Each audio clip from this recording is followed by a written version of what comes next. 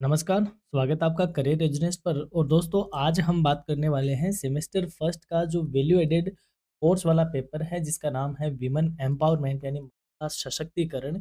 इस पेपर की हम कंप्लीट वन शॉट क्लास को यहाँ पर डिस्कस करेंगे और एज यूजुअल अपनी क्लास हिंदी और इंग्लिश दोनों मीडियम के बच्चों को ध्यान में रखते हुए बनाई गई। बहुत छोटा सा सिलेबस और इस सबसे आसान पेपर है। अगर आपने मॉन्यूमेंट्स ऑफ राजस्थान सेलेक्ट किया है तो भी अच्छी बात है, अगर जिन बच्चों ने विमेन एम्पावरमेंट वो भी अच्छी बात है, दोनों ही पेपर आसान से हैं। हम बात करेंगे फर्स्ट यूनिट के साथ। पहली यूनिट में हम बात करेंगे वुमेन एम्पावरमेंट की हिस्ट्री इन इंडिया, यानी कि भारत में महिला सशक्तिकरण की इतिहास क्या रहा है, क्या हिस्ट्री रही है। सबसे पहले बात करते हैं एंशिएंट पीरियड की, यानी कि प्राचीन काल की बात करते हैं। In the ancient period women in India enjoyed A respectable position in society, यानी कि प्राचीन काल में भारत में महिलाओं की स्थिति काफी सम्मानजनक थी। यानी हमने तो पीछे छोटी क्लास में ये भी पढ़ा है, यत्र नार्यस्तु पूज्यन्ते रमन्ते तत्र देवता, यानी कि जहाँ पे नारियों की पूजा होती है वहाँ देवता विचरण करते हैं। तो इस तरीके की बातें एंशिएंट पीरियड में महिलाओं के सम्मान को बताती है कि वहाँ एकदम सम्मानजनक स्थिति में थी। They had access to education and participated in religious, social and intellectual activities. उन्हें शिक्षा का अधिकार प्राप्त था और वे धार्मिक, सामाजिक और बौद्धिक गतिविधियों में भाग लेती थी। Women scholars like Gargi, Maitreyi and Lopamudra are mentioned in ancient text, यानी कि गार्गी, मैत्रेयी और लोपामुद्रा जैसी विदुषी महिलाओं का उल्लेख प्राचीन ग्रंथों में मिलता है। Women had the right to education, marriage choice यानी कि स्वयंवर and participation in decision making with in the family. महिलाओं को शिक्षा, स्वयंवर के माध्यम से विवाह के चयन का और पारिवारिक निर्णयों में भागीदारी का अधिकार था। However over time patriarchal norms gradually limited women's freedom. हालांकि समय के साथ जब सत्ता पित्रात्मक हुई, यानी पितृसत्तात्मक व्यवस्था हुई, उसके कारण महिलाओं की स्वतंत्रता धीरे धीरे सीमित होती चली गई। ये बात थी एंशिएंट की। अब हम बात करते हैं मिडाइवल पीरियड की, यानी कि मध्यकाल की। The medieval period witnessed A decline in the status of women, यानी कि मध्यकाल में महिलाओं की स्थिति में गिरावट देखने को मिली। सोशल इविल्स सच एज पर्दा प्रथा या पर्दा system, child marriage, Sati system and restriction on women's education become wider spread. यानी कि इस समय पर्दा प्रथा, बाल विवाह, सती प्रथा और महिला शिक्षा पर प्रतिबंध जैसी सामाजिक कुप्रथाएं प्रचलित हो गई। Women were largely confined to household responsibilities and denied equal social rights, यानी कि महिलाओं को मुख्य रूप से घरेलू कार्यों तक सीमित कर दिया गया और उन्हें सम्मान और सामाजिक अधिकार से भी क्या कर दिया, उसको मतलब इक्वल समान सामाजिक अधिकार भी प्रदान नहीं किए गए थे। However some women like Razia Sultan, Rani Durgavati and Mirabai emerged as symbol of courage and leadership. फिर भी इस मध्यकाल में रजिया सुल्तान, रानी दुर्गावती और मीराबाई जैसी में साहस और नेतृत्व का प्रतीक बनकर उभरी। यानी कि मध्यकाल में महिलाओं की स्थिति एंशिएंट पीरियड से थोड़ी सी डिक्लाइन देखने को मिली और बहुत तरीके की कुप्रथाएं भी समाज में चल पड़ी। बात करें आधुनिक समय की, यानी कि मॉडर्न पीरियड की, the modern period marked as a revival of women empowerment in India. आधुनिक काल में भारत में महिला सशक्तिकरण का पुनरुत्थान हुआ है। Social reformers like Raja Ram Mohan Roy, Ishwar Chandra Vidyasagar, Jyotiba Phule and Savitribai Phule worked for women's education and against social evils. यानी कि राजा राम मोहन राय, ईश्वर चंद्र विद्यासागर, ज्योतिबा फुले, सावित्रीबाई फुले जैसे समाज सुधारकों ने महिला शिक्षा और सामाजिक कुरीतियों के विरुद्ध कार्य भी किया है। During the freedom struggle women actively participated in national movements, यानी कि स्वतंत्रता आंदोलन के दौरान जो महिलाएं हैं उनका राष्ट्रीय आंदोलन में सक्रिय भागीदारी हमें इतिहास में देखने को मिलती है। और जब हम मॉडर्न हिस्ट्री को पढ़ते हैं तो कई सारी महिलाओं का नाम फ्रीडम जो स्ट्रगल हुआ है उसमें सामने भी आता है। After independence, the Indian Constitution guaranteed equality, freedom, and special protection to women, leading to gradual empowerment. स्वतंत्रता के बाद जो भारतीय संविधान है, भारतीय संविधान ने महिलाओं को समानता, स्वतंत्रता और विशेष संरक्षण प्रदान किया है, जिससे धीरे धीरे महिला सशक्तिकरण मिल रहा है और बढ़ावा मिला भी। अब बात करते हैं विमेन एम्पावरमेंट का अवधारणा क्या है, विमेन एम्पावरमेंट क्या कॉन्सेप्ट क्या है।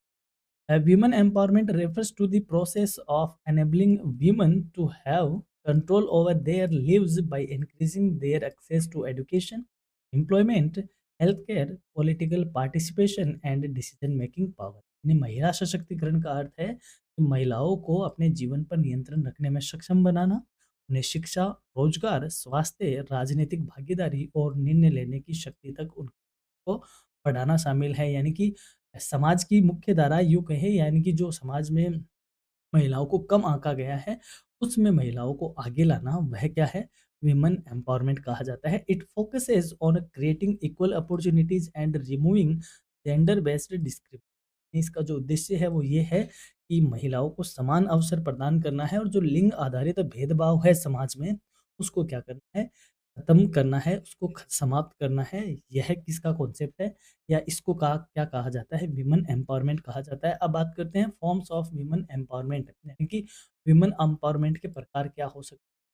पहला है सोशल एम्पावरमेंट, यानी कि सामाजिक सशक्तिकरण, improving women's status in society and eliminating discrimination, है आज में महिलाओं की स्थिति में सुधार लाना और भेदभाव, यानी कि जो जेंडर बेस्ड इनइक्वलिटी है, लिंग आधारित भेदभाव है, उसकी समाप्त करना। इकोनॉमिक एम्पावरमेंट यानी कि आर्थिक सशक्तिकरण, providing employment opportunities and financial independence, यानी कि महिलाओं को रोजगार के समान अवसर प्रदान करना और आर्थिक तौर पे उन्हें आत्मनिर्भर होने का मौका प्रदान करना, वह है यानी उनका कहने का मतलब जो हाउस होल्ड रिस्पॉन्सिबिलिटीज़ है, केवल उन तक ही महिलाओं को सीमित नहीं रखकर उनको आर्थिक आत्मनिर्भरता प्राप्त करने का के लिए उनको सशक्त बनाना, that is economic environment sorry empowerment. फिर है पॉलिटिकल एम्पावरमेंट, यानी कि राजनीतिक सशक्तिकरण, यानी कि participation of women in political process and governance. राजनीतिक प्रक्रियाओं और शासन में महिलाओं की भागीदारी को बढ़ाना, वह क्या कहा जाएगा? Political empowerment of women. फिर है educational empowerment and access to quality education and skill development, यानी कि शैक्षिक तौर पे सशक्त करना, गुणवत्तापूर्ण शिक्षा और कौशल विकास तक उनकी पहुंच को आसान बनाना। लीगल एम्पावरमेंट यानी कानूनी सशक्तिकरण, awareness and protection of legal rights, कानूनी अधिकारों की जानकारी देना और उनका संरक्षण करना। तो ये वीमेन एम्पावरमेंट के कुछ फॉर्म हैं, यानी कि इन एरियाज में वीमेन एम्पावरमेंट करना। फिर बात करते हैं need and importance of women empowerment. Women empowerment क्यों है, ज़रूरत क्यों है और इसका क्या महत्व है?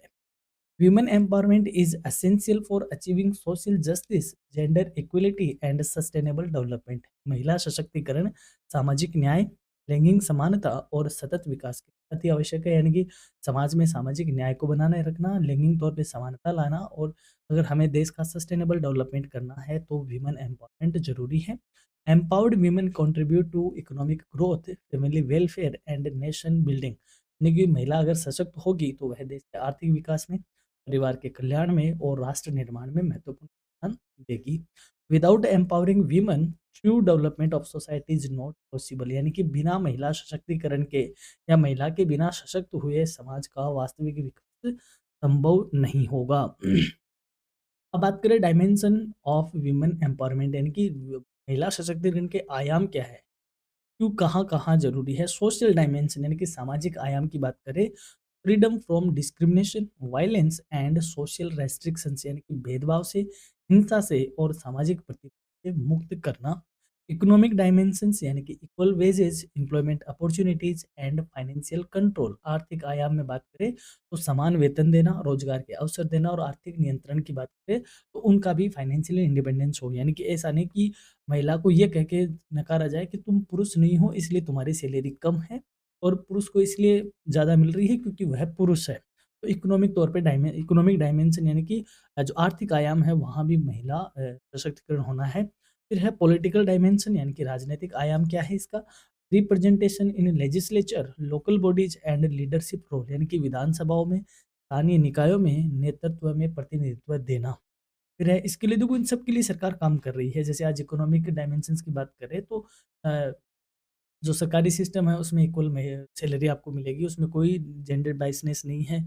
इवन महिला सशक्तिकरण के लिए बहुत सारे जो सोशल डायमेंशंस है, जैसे फॉर एग्जांपल मैटरनिटी लीव है, वह मिलता है महिला को एज ए अधिकार के तौर पे मिलता है और एज ए एम्पावरमेंट के तौर पे भी मिलता है। तो कहने का मतलब ये है कि सरकार इस में बहुत अच्छे से वर्क कर रही है। पॉलिटिकल डायमेंशंस की बात है तो अपना जो संविधान है उसमें जैसे पंचायती राज की बात करें, लोकल बॉडीज की बात करें तो 33% रिजर्वेशन फॉर के लिए है, महिलाओं के लिए है। तो कहने का मतलब कहीं न कहीं इन सब पे काम होता भी है, हो भी रहा है। फिर है एजुकेशनल डायमेंशन यानी शैक्षिक आयाम, equal access to education and life long learning यानी शिक्षा और आजीवन सीखने के समान अवसर देना, जिसमें आज बेटियां परचम लहरा रही है, सबको पता है। तो ये आयाम भी है। फिर है साइकोलॉजिकल डायमेंशन यानी कि मनोवैज्ञानिक आयाम, self confidence, self respect and awareness of right, आत्मविश्वास, आत्मसम्मान और अधिकारों के प्रति जागरूकता लाना, ये भी महिला सशक्तिकरण का एक आयाम है। अब हम बात करेंगे यूनिट सेकंड की, जिसमें हम जानेंगे विमेन एम्पावरमेंट कॉन्स्टिट्यूशनल प्रोविजन क्या है और इसके कौन-कौन से लॉज़ है, क्या नियम है। चलिए सेकंड यूनिट में हम बात करते करते हैं कॉन्स्टिट्यूशनल प्रोविजंस और विमेन एम्पावरमेंट यानी कि संवैधानिक जो प्रोविजन है, जो प्रावधान है उन महिला सशक्तिकरण के रिगार्डिंग उनकी हम बात करते हैं। The Indian Constitution provides a strong legal framework for women empowerment by ensuring equality, freedom and protection against discrimination। यानी कि भारतीय संविधान महिला सशक्तिकरण के लिए एक सशक्त कानूनी ढांचा प्रदान करता है, जो समानता, स्वतंत्रता और भेदभाव से संरक्षण सुनिश्चित करता है। यानी कि महिलाओं को समाज में समानता, उनको स्वतंत्रता और जेंडर जो भेदभाव है, यानी जो लिंग आधारित भेदभाव है, उनसे संरक्षित करने या इनसे ऊपर उठने या यूँ कहें इन सबको खत्म करने का एक सशक्त कानूनी ढांचा प्रदान करता है भारत का संविधान। It guarantees equal rights to women in social, economic and political spheres, यानी कि यह महिलाओं को सामाजिक तौर पे, आर्थिक तौर पे और राजनीतिक क्षेत्रों में समान आर्थिक अधिकार प्रदान करता है। These constitutional provisions aim to remove gender inequality and promote women's participation in nation building।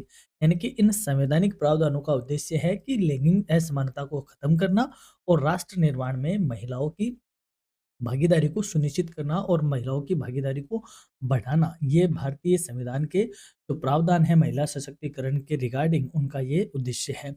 अब बात करते हैं major constitutional articles related to women empowerment, यानी कि भारत भारतीय संविधान के वो अनुच्छेद जो महिला सशक्तिकरण के से रिलेटेड है या उनके सपोर्ट करते हैं।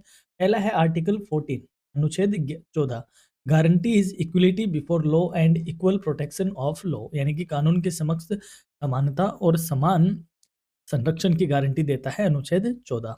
बात करें article 15, 1 prohibits discrimination on the basis of gender, यानी कि लिंग के आधार पर, यानी लिंग आधारित जो भेदभाव है उस पर प्रतिबंध लगाता है अनुच्छेद 15 सब 1।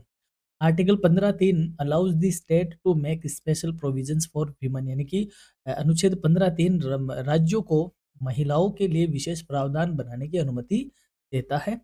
Article 16 ensures equal opportunity in public employment, अनुच्छेद 16 सार्वजनिक रोजगार में महिलाओं को समान अवसर सुनिश्चित करता है कि महिलाओं को भी समान अवसर प्राप्त होंगे सार्वजनिक रोजगार में। बात करें article 39A provides equal rights to livelihood for men and women, यानी कि अनुच्छेद 39 के पुरुषों और महिलाओं को समान आजीविका का अधिकार प्रदान करता है। यानी कि पुरुषों के इक्वल या यूँ कहे दोनों को समाज में समान आजीविका अर्न करने का क्या है, अधिकार है। अनुच्छेद 39D यानी कि 39D ensures equal pay for equal work, यानी कि अनुच्छेद 39 घ समान कार्य के लिए समान वेतन को सुनिश्चित करता है। यानी कि ऐसा नहीं कि महिला है तो इस नाम से उनका जो वेतन है वह कम कर दिया जाए। यदि कार्य समान है तो वेतन भी क्या होगा, समान होगा। Article 42 directs the state to provide maternity relief and women working condition, यानी कि अनुच्छेद 42 मातृत्व राहत और मानवीय कार्य परिस्थितियां प्रदान करने का निर्देश देता है। 73rd and 74th constitutional amendment, यानी कि जो पंचायती राज और नगरपालिका से रिलेटेड जो 73वां और 74वां संविधान संशोधन हुआ, they provide reservation for women in Panchayati raj institution and urban local bodies, यानी कि पंचायती राज संस्थाओं में और शहरी निकायों में, यानी कि नगरपालिका, नगर परिषद, नगर निगम में महिलाओं के लिए आरक्षण प्रदान करते हैं, जो कि कितना है 33% है और स्टेट चाहे तो इसको और बढ़ा सकता है। तो ये आर्टिकल या ये प्रोविजन बताते हैं कि समाज में या यूँ कहें संवैधानिक तौर पे महिला सशक्तिकरण को सपोर्ट किया जा रहा है। फिर बात करें important laws for women empowerment, यानी कि महिला सशक्तिकरण के रिगार्डिंग महत्वपूर्ण नियम या कानून कौन-कौन से हैं। हिंदू मैरिज एक्ट 1955, यानी कि हिंदू विवाह अधिनियम 1955 protects women's rights in marriage and divorce, यानी कि विवाह और तलाक में महिलाओं के अधिकारों की रक्षा करता है। डोवरी प्रोहिबिशन एक्ट 1961 यानी कि दहेज निषेध अधिनियम 1961 prohibits the practice of dowry यानी कि दहेज प्रथा पर प्रतिबंध लगाता है। दहेज देना लेना क्या है, एक जुर्माना है या अपराध है। इक्वल रेम्युनरेशन एक्ट 1976 समान पारिश्रमिक अधिनियम 1976 ensures equal wages for men and women यानी कि पुरुषों और महिलाओं को समान वेतन सुनिश्चित करता है। Equal remuneration act protection of women from domestic violence act 2005 यानी कि घरेलू हिंसा से महिलाओं का संरक्षण अधिनियम 2005 protects women from domestic abuse यानी कि महिलाओं को घरेलू हिंसा से सुरक्षा प्रदान करता है। Sexual harassment for women of women at work place act 2013 कार्यस्थल पर महिलाओं का यौन उत्पीड़न अधिनियम 2013 जो कामकाजी महिलाएं हैं जो कि मतलब जॉब वगैरह करती है उनकी सुरक्षा और गरिमा सुनिश्चित करता है। यह एक्ट यानी कि provides safety and dignity to working woman. फिर है मैटरनिटी बेनिफिट एक्ट 1961 जिसका अमेंडमेंट 2017 में हुआ। It ensures maternity leaves and benefit मातृत्व लाभ अधिनियम मातृत्व अवकाश और लाभ प्रदान करने का क्या है, कानून है। तो ये वो नियम है, ये वो कानून है जो महिला सशक्तिकरण के लिए बने हैं। फिर है woman women empowerment policy and scheme. कौन-कौन सी पॉलिसीज़ है जो महिला सशक्तिकरण के लिए आई है या लाई गई है सरकार द्वारा? Women empowerment policy refers to the strategies and guidelines adopted by the government to promote gender equality and improve the social, economic and political status of women. यानी कि महिला सशक्तिकरण नीति उन रणनीतियों और दिशा निर्देशों को दर्शाती है जिन्हें सरकार द्वारा लैंगिक समानता को बढ़ावा देने और महिलाओं की सामाजिक, आर्थिक एवं राजनीतिक में सुधार के लिए अपनाया जाता है। यानी कि हम बात करें महिला सशक्तिकरण नीति क्या है? महिला सशक्तिकरण नीति का मतलब हुआ कि सरकार वो सारे नीति या वो सारे कानून या वो सारी स्ट्रेटेजी या गाइडलाइन अपनाती है जिसमें सरकार क्या करती है, जो जेंडर बेस्ड इनइक्वलिटी यानी कि लिंग आधारित जो भेदभाव है समाज में उसको क्या करना, खत्म करना और महिला का चाहे सोशल हो, चाहे इकोनॉमिक हो, चाहे पॉलिटिकल हो या अदर कोई भी हो सशक्तिकरण उसको बढ़ावा देना। उसके लिए जो नीति लाई जाती है उसको कहा जाता है विमेन एम्पावरमेंट पॉलिसी।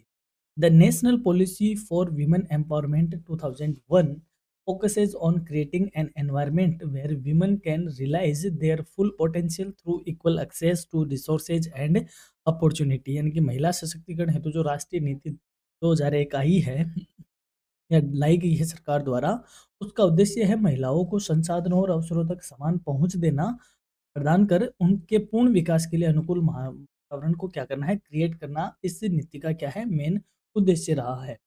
अब बात करें major government schemes for women empowerment यानी कि सरकार द्वारा जो महिला सशक्तिकरण के लिए जो मुख्य या प्रमुख जो स्कीमें लाई गई है वो कौन-कौन सी है? पहला है Beti Bachao Beti Padhao scheme. It promotes girl child education and survival. यानी इस योजना का ये उद्देश्य है कि बालिका शिक्षा को बढ़ावा देता है, साथ ही में उनके संरक्षण को भी ये क्या करता है, मोटिवेट करता है। महिला शक्ति केंद्र it enhances women's skill development and employment. यानी कि महिला शक्ति केंद्र महिलाओं में कौशल विकास को बढ़ाता है और उन्हें रोजगार के अवसर को प्रदान करने के लिए काबिल बनाता है, या यूँ कहें महिलाओं को कौशल सिखाता है ताकि रोजगार का को बढ़ावा मिल सके। फिर है उज्ज्वला योजना, इसको आप सभी जानते हो। It provides LPG connections to women for clean cooking fuel. यानी कि स्वच्छ ईंधन के लिए महिलाओं को एलपीजी कनेक्शन प्रदान करती है। कौन सी योजना? उज्ज्वला योजना। प्रधानमंत्री मातृ वंदना योजना। It provides maternity benefits to pregnant women. यानी कि गर्भवती महिलाओं को मातृत्व लाभ प्रदान किया जाता है प्रधानमंत्री मातृ वंदना योजना के तहत। सेल्फ हेल्प ग्रुप्स स्वयं सहायता समूह है। It promotes financial inclusion and self employment among women. यानी कि हम जब आजीविका की बात करते हैं या आजीविका मिशन की बात करते हैं तो उसमें सेल्फ हेल्प ग्रुप के तहत क्या करता है, महिलाओं का एक समूह बनता है जिनको फाइनेंशियल लोन वगैरह मिलता है और वह इजीली अपनी इकोनॉमिक एक्टिविटीज को इसमें क्या करती है, परफॉर्म करती है एक ग्रुप के माध्यम से। तो महिलाओं में वित्तीय समावेशन और स्वरोजगार को प्रोत्साहन हेतु ये सेल्फ हेल्प ग्रुप का कॉन्सेप्ट आया है, या यूँ कहिए ये स्कीम लाई गई है। फिर है वन स्टॉप सेंटर स्कीम। यानी कि it provides support to women affected by violence. यानी कि ऐसी महिलाएं जो हिंसा से प्रभावित है उन महिलाओं को सहायता प्रदान करता है। अ, ये योजना उनको सहायता करती है जिसका नाम है वन स्टॉप सेंटर योजना। तो ये कुछ प्रमुख योजनाएं हैं जो कि महिला सशक्तिकरण हेतु सरकार द्वारा लाई गई है। अब बात करें importance of policies and schemes, यानी कि इन नीतियों का या इन योजनाओं का क्या महत्व है? या ये भी कह सकते हैं क्यों ज़रूरी है? नीड क्या है? Government policies and schemes play a crucial role in women empowerment by reducing inequality, increasing awareness and providing institutional support, यानी कि सरकार नीतियाँ और योजनाएँ असमानता को कम करने के लिए, महिलाओं में जागरूकता बढ़ाने हेतु और संस्थागत सहयोग प्रदान करने में क्या करती है? महत्वपूर्ण रोल प्ले करती है। यानी कि ये नीतियाँ समाज में ये जो इनइक्वालिटी है, जेंडर इनइक्वालिटी है, उसको कम करेगी, जागरूकता बढ़ाएगी और संस्थागत सहयोग में क्या करेगी? सपोर्ट करेगी। इट हेल्प्स या they help women become economically independent and social empowered, यानी कि ये महिलाओं को आर्थिक रूप से आत्मनिर्भर बनाएगी और सामाजिक रूप से सशक्त बनाने में क्या होगी? मददगार साबित होगी। इसलिए इन नीतियों और स्कीम की जरूरत है। अब बात करेंगे हम यूनिट थर्ड की, जिसमें हम जानेंगे वीमेन एम्पावरमेंट, इसके क्या इश्यूज है और क्या इसके सामने चैलेंजेस है। थर्ड यूनिट में हम बात करते हैं वीमेन एम्पावरमेंट इश्यूज की। वीमेन एम्पावरमेंट से रिलेटेड इश्यूज क्या है और क्या चैलेंजेस है। Meaning of issue and challenges in women empowerment. Issues and challenges in women empowerment refers to the social, economic, cultural, and institutional barriers that prevent women from achieving quality and exercising their rights fully. यानी कि महिला सशक्तिकरण में समस्याएं और चुनौतियां उन सामाजिक, आर्थिक, सांस्कृतिक और संस्थागत बाधाओं को बताती है, जो महिलाओं को समानता प्राप्त करने में और अपने अधिकारों का पूर्ण उपयोग करने से क्या करती है? रोकती है। यानी कि चुनौतियों का मतलब यही हुआ कि महिला आर्थिक रूप से, चाहे आर्थिक हो, सांस्कृतिक हो या संस्थागत हो या सामाजिक हो, किन्हीं भी तरीके से महिला को अपनी समानता प्राप्त करने में और अपने अधिकारों का यूज़ करने में जो बाधाएँ या जो चीज़ें उनको रोकती है, उन्हें हम issues regarding women empowerment. These challenges limit women's participation in education, employment, decision making and public life, यानी कि ये चुनौतियाँ शिक्षा में, रोजगार में, निर्णय निर्माण में और सार्वजनिक जीवन में महिलाओं की भागीदारी को क्या करती है? सीमित करती है। जैसे फॉर एग्जांपल कोई बच्ची है, वह पढ़ना चाहती है, लेकिन अ जिस समाज में वो है वहाँ पर ये कहा जाता है कि बच्चियों को नहीं पढ़ाएँगे। तो एक तरीके से वो सामाजिक तौर पे क्या है? इश्यू है कि उस महिला को या उस बच्ची को एजुकेशन से क्या किया जा रहा है? दूर रखा जा रहा है। या फिर वह जॉब करना चाहती है, पढ़ लिख ली लेकिन वह जॉब करना चाहती है और उसकी शादी हो गई। फॉर एग्ज़ाम्पल एक एग्ज़ाम्पल ले रहे हैं यहाँ पे। लेकिन जैसे उसके ससुराल वाले कह रहे हैं कि हमारी बहू ये जॉब नहीं करती है, तो ये एक तरीके से क्या है? उसका एम्प्लॉयमेंट पे क्या है? चैलेंज आ गया। कहने का मतलब इस तरीके की जो बैरियर्स होते हैं उनको हम कहते हैं challenges and issues in women empowerment. Major issue क्या है? Major issues and challenges of women empowerment, यानी मुख्य चुनौतियाँ और हर्डल्स क्या-क्या है? जेंडर डिस्क्रिमिनेशन, यानी कि लैंगिक भेदभाव, unequal treatment of women in family and society, यानी कि परिवार और समाज में महिलाओं के साथ असमान व्यवहार। देखो इस चीज़ को मैं यहाँ पे कहना चाहूँगा कि जैसे एक छोटा-सा है, अभी अपनी शादियों का सीज़न चल रहा था या जो भी शादी का कार्ड होता है उसमें एक लाइन होती है, कृपया महिलाओं का निमंत्रण भी इसी पत्रिका से स्वीकार करें। ये कहीं न कहीं ये चीज़ बताता है कि समाज में लैंगिक भेदभाव है। भई ये लाइन लिखने की ज़रूरत ही क्यों है कि महिलाओं का निमंत्रण भी इसी पत्रिका से स्वीकार करें। आप ये लाइन मत लिखो। दर्शाना ही क्यों है महिला को कि आप महिला हो? जब हम ये कह रहे हैं कि जेंडर इक्वलिटी लानी है समाज में, तो ये लाइनें क्यों? इस लाइन को हटाओ ना, क्योंकि अगर आपने उस परिवार का नाम लिखा है, उस परिवार में आपने सह-परिवार लिखा है कि आपको सह-परिवार आना है, यानी हम आपको बुला रहे हैं, आप सह-परिवार आओ, तो इसमें महिला और पुरुष का क्या है? परिवार ही आ गया ना वो। और अगर आप अकेले को भी दे रहे हो, तो इसमें महिला क्या है? तो कहने का मतलब हमें कहीं न कहीं इस बात को ख़त्म करना पड़ेगा, यानी कि जो ट्रीटमेंट हमारी सोसाइटी में होता है, हमारी फैमिली में होता है, जेंडर डिस्क्रिमिनेशन की कि बेटा है तो कर लेगा, बेटी है तो नहीं करने देंगे। इस तरीके के भेदभाव होना ये एक मेजर इश्यू है, आज भी है। Illiteracy and lack of education, यानी कि निरक्षरता और शिक्षा की कमी। Limited access to education, reduce awareness and opportunity, यानी कि महिलाओं को शिक्षा तक जो पहुँच है वो सीमित रखना, तो जागरूक होने से भी रोकने का क्या करता है? अवसर कम करता है। यानी कि अगर महिला शिक्षित नहीं होगी तो वह अवेयर भी नहीं होगी। अवेयर होने वाली जो अपॉर्च्युनिटीज़ है या अवेयर की बात करें या अदर जो अपॉर्च्युनिटीज़ है उसके डेवलपमेंट की रिगार्डिंग उनसे वंचित रहेगी, तो ये भी एक इश्यू है। इकोनॉमिक डिपेंडेंस, यानी कि आर्थिक तौर पे निर्भर होना, यानी कि lack of employment and equal wages makes women financially dependent, यानी कि रोजगार और समान वेतन की कमी से महिलाएं आर्थिक रूप से क्या रहती है, निर्भर रहती है। यानी कि चाहे अपनी पति पति पे हो या पिता पे हो, यानी कहने का मतलब सक्षम होने के बावजूद भी वह आर्थिक तौर पे आज़ाद नहीं है, आर्थिक तौर पे आत्मनिर्भर नहीं है, ये भी एक इश्यू है समाज में। इसके अलावा पैट्रियार्कल सोशल स्ट्रक्चर, यानी कि पितृसत्तात्मक सामाजिक संरचना का होना, male dominance restricts women's freedom and decision making power, यानी कि पुरुष प्रधान व्यवस्था महिलाओं की स्वतंत्रता और निर्णय शक्ति को क्या करता है, सीमित करती है।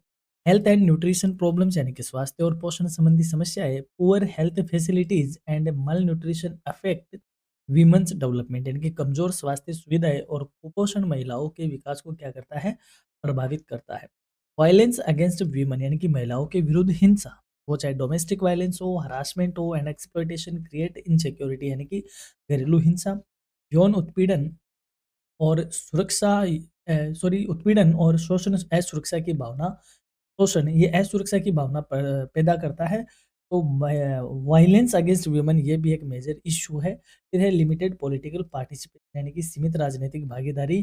सरकार ने कह तो दिया कि 33% है, लेकिन 33% एक तरीके से सीमित सा ही हुआ, और उसमें भी वो केवल कागजों में 33% होता है। आप पंचायती राज में देखते हो कि 33% महिलाओं में, तो में से अगर 33 महिलाओं की रिजर्वेशन है, तो उनमें से मान के चलो 10 महिलाएं कहीं मेन फ्रेम में होती है, बाकी तो पुरुषों के द्वारा ही पंचायती की जाती है। Low representation in leadership and decision making position, के नेतृत्व और निर्णय निर्माण पदों में भी कम प्रतिनिधित्व देखने को मिलता है। बात करें इम्पैक्ट क्या है इन चैलेंजेस का, यानी कि इन चुनौतियों का क्या प्रभाव है।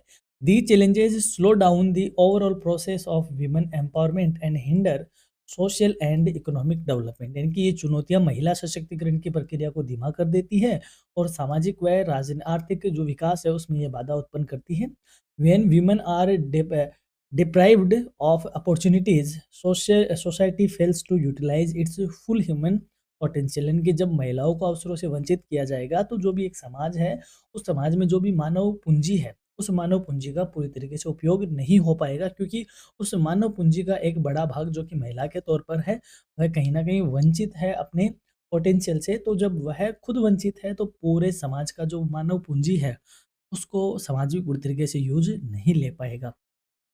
Supporting agency of for women empowerment, यानी कि वीमेन एम्पावरमेंट के लिए कौन-कौन सी एजेंसीज़ है जो अपना रोल प्ले करती है। सबसे पहले हम उनका क्या रोल है उन सपोर्टिंग एजेंसीज़ का, यानी कि जो सहायक संस्थाएँ हैं, वो किस तरीके से महिला सशक्तिकरण में अपना योगदान देते हैं।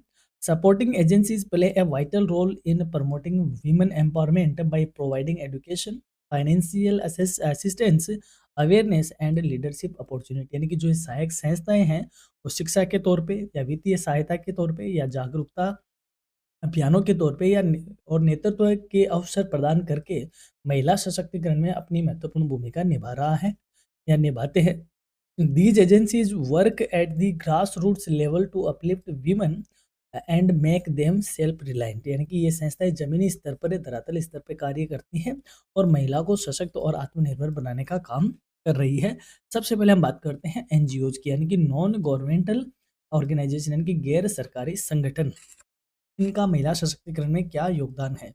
एनजीओज वर्क इंडिपेंडेंटली और in collaboration with the government to promote women's rights and welfare, यानी कि जो गैर सरकारी संगठन है, ये स्वतंत्र रूप से या सरकार के साथ मिलकर महिलाओं के अधिकार और कल्याण के लिए कार्य करते हैं। They focus on education, health, legal awareness, skill development and protection against violence, यानी कि ये शिक्षा के से संबंधित स्वास्थ्य या कानूनी जागरूकता या कौशल विकास या हिंसा से सुरक्षा आदि पर ध्यान केंद्रित करते हैं। यानी कि एनजीओ क्या होते हैं, अलग अलग तरीके के होते हैं। कुछ एनजीओ महिला की शिक्षा के लिए काम करते हैं, कुछ एनजीओ उनके स्वास्थ्य के लिए, कुछ जागरूकता बढ़ाने के लिए, कुछ कौशल विकास के लिए, या कुछ हिंसा के लिए, यानी कि हिंसा से बचाने के लिए या घरेलू हिंसा के से संबंधित इन तरीके की ऑर्गेनाइजेशन, वो ऑर्गेनाइजेशन पे डिपेंड करता है कि वो ऑर्गेनाइजेशन किस सेक्टर का है। तो ऑर्गेनाइजेशन अलग-अलग सेक्टर में महिलाओं सशक्तिकरण, महिलाओं के सशक्तिकरण पे ध्यान केंद्रित करता है। NGOs act as a bridge between the government and society, यानी कि एनजीओ सरकार और समाज के बीच एक पुल का काम करता है, एक सेतु का काम करता है। अगला बात करें सेल्फ हेल्प ग्रुप, जिनको एसएचजी कहा जाता है। Self help groups are small voluntary groups of women who came together to save money and access credit, यानी कि स्व सहायता समूह है, महिलाओं के छोटे स्वैच्छिक समूह होते हैं जो बचत और ऋण की सुविधा प्राप्त करने के लिए एकत्र होते हैं। यानी कि कुछ महिलाएं, 5-7 महिलाएं मिलकर नए ग्रुप बनाती है, सेल्फ हेल्प ग्रुप जिसको बोलते हैं, अपनी बचत लगाकर, और इनको भी सरकार भी फाइनेंस इनको प्रोवाइड करवाती है, सस्ता फाइनेंस मिल जाता है। और ये कोई ना कोई इकोनॉमिक एक्टिविटी के लिए ऐसा किया जाता है, जिसमें इनकी कोई इकोनॉमिक एक्टिविटी होगी। जैसे मान लो अपने बाड़मेर की जो रूमा देवी है, वो सेल्फ हेल्प ग्रुप की, इनकी आजीविका की, इनकी क्या ब्रांड एम्बेसडर है, तो इन्होंने जैसे मान लो कोई बुटीक का काम किया, कोई और काम किया, तो सेल्फ हेल्प ग्रुप किसी इकोनॉमिक एक्टिविटी के रिगार्डिंग होता है। Self help groups promote financial inclusion, self employment and collective decision making, यानी कि ये ग्रुप वित्तीय समावेशन, स्वरोजगार और सामूहिक निर्णय निर्माण को क्या देते हैं, बढ़ावा देते हैं। They help women become economically independent and socially confident. ये महिलाओं को आर्थिक रूप से आत्मनिर्भर और सामाजिक रूप से आत्मविश्वासी बनाने में क्या करता है, मददगार साबित होता है। अगला बात करें पंचायती राज इंस्टीट्यूशन, यानी कि हमारी पंचायतों की बात करें, तो पंचायतों का जब 73rd अमेंडमेंट हुआ और जो नगर पालिका उनसे रिगार्डिंग जो 4th अमेंडमेंट हुआ, उसमें महिलाओं को 33% आरक्षण संविधानिक तौर पे दिया गया है। महिलाओं की जो 33% सीटें हैं वो पंचायतों में क्या है, फिक्स रहती है। Panchayati raj institution provide a platform for women's participation in local governance. Panchayati raj संस्थाएं स्थानीय शासन में महिलाओं की भागीदारी के लिए मंच प्रदान करता है।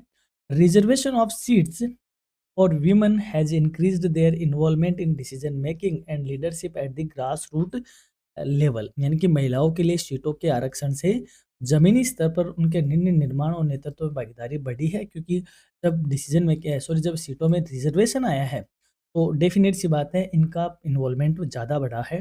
Panchayati raj institution help women's women raise their voices on issues related to health, education and development, यानी कि ये संस्थाएं, यानी कि पंचायती राज संस्थाएं महिलाओं को स्वास्थ्य, शिक्षा और विकास से जुड़े मुद्दों पर अपनी आवाज उठाने में सहायता करती है। यानी कि महिलाओं की सिचुएशन महिलाओं से बेहतर कौन जानेगा, तो उनको पंचायती राज इंस्टीट्यूशन राजनीति में या यूं के ग्रास रूट पे एक मंच प्रदान करता है, जिसमें रिजर्वेशन मिलता है और उनका इन्वॉल्वमेंट उसमें बढ़ता है, और वो अपने हेल्थ के रिगार्डिंग, एजुकेशन के रिगार्डिंग, डेवलपमेंट के रिगार्डिंग अपनी आवाज़ उठा सकती है, या उठाने में पंचायती राज उनकी हेल्प करता है।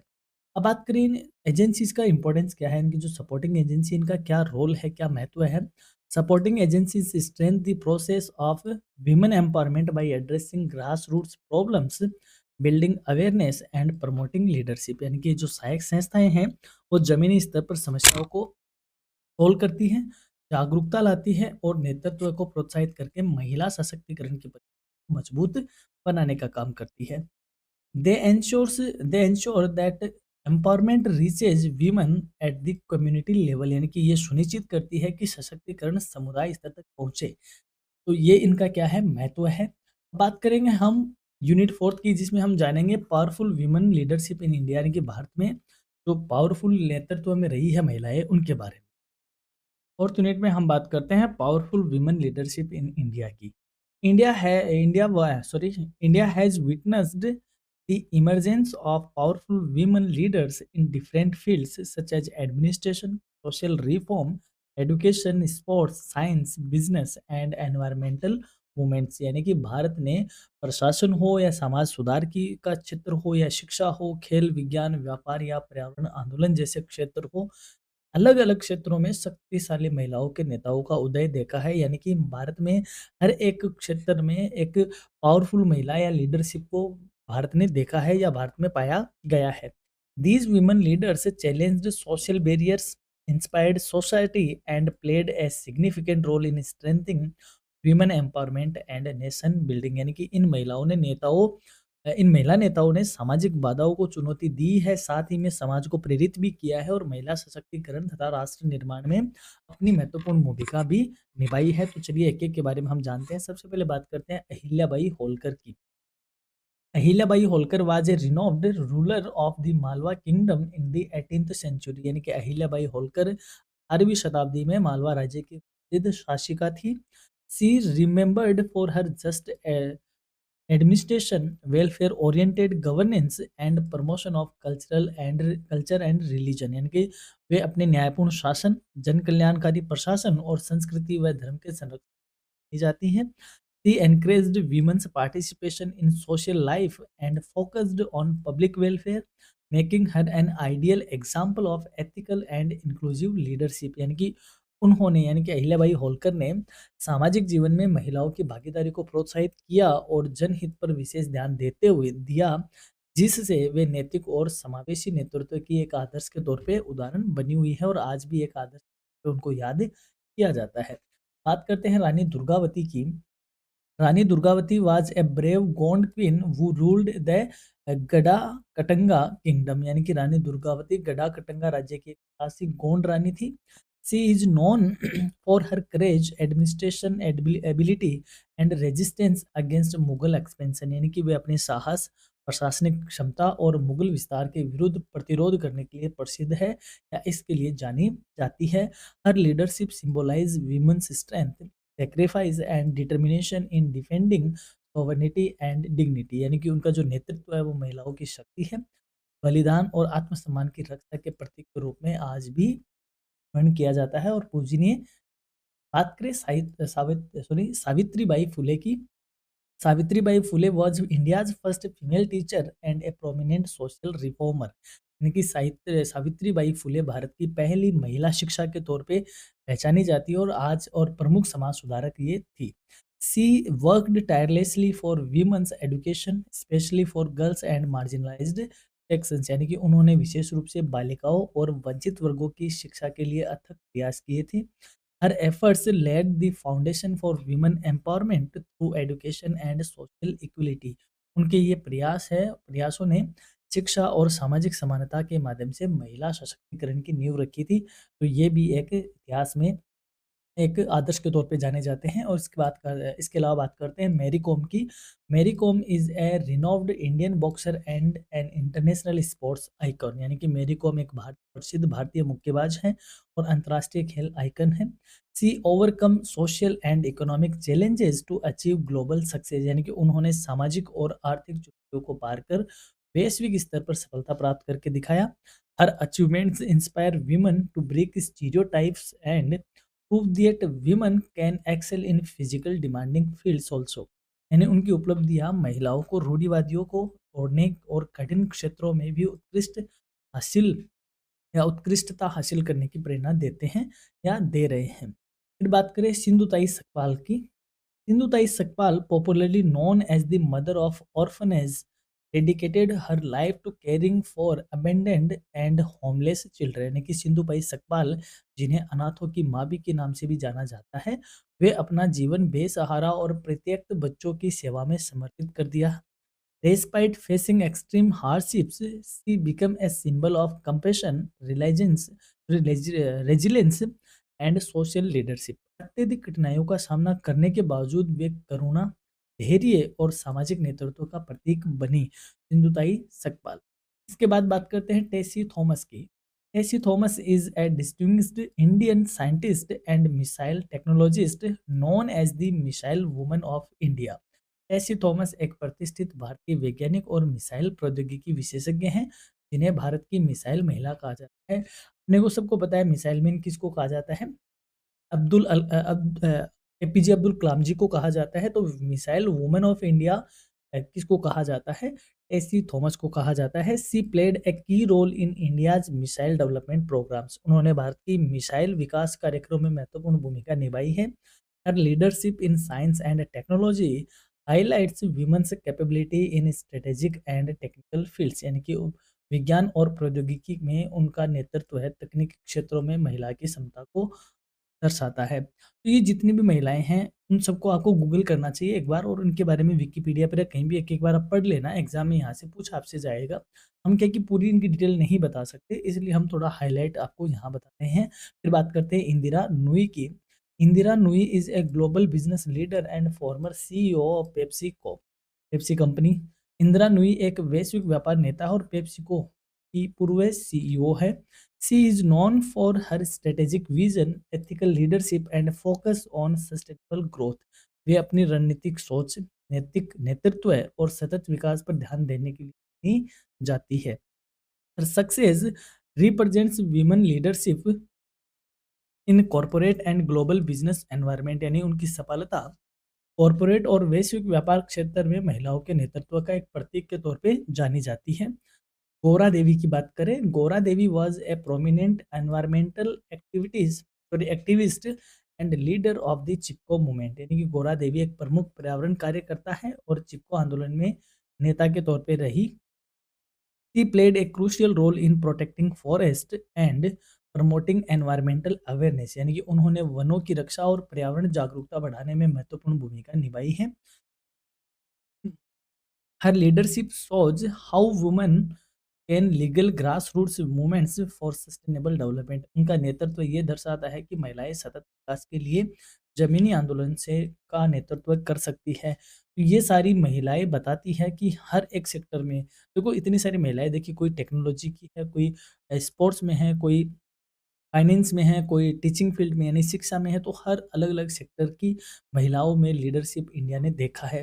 कंक्लूजन की बात करें, सारांश की बात करें, तो these powerful women leaders from different backgrounds demonstrate that women empowerment is not limited to a single field, यानी कि विभिन्न पृष्ठभूमियों से आने वाली ये शक्तिशाली महिला नेता यह सिद्ध करती है कि महिला सशक्तिकरण किसी एक क्षेत्र तक सीमित नहीं है।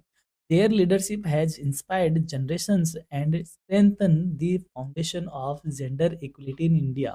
उनके नेतृत्व ने पीढ़ियों को प्रेरित किया है और भारत में लैंगिक समानता की नींव को मजबूत किया है या मजबूत का कार्य किया है।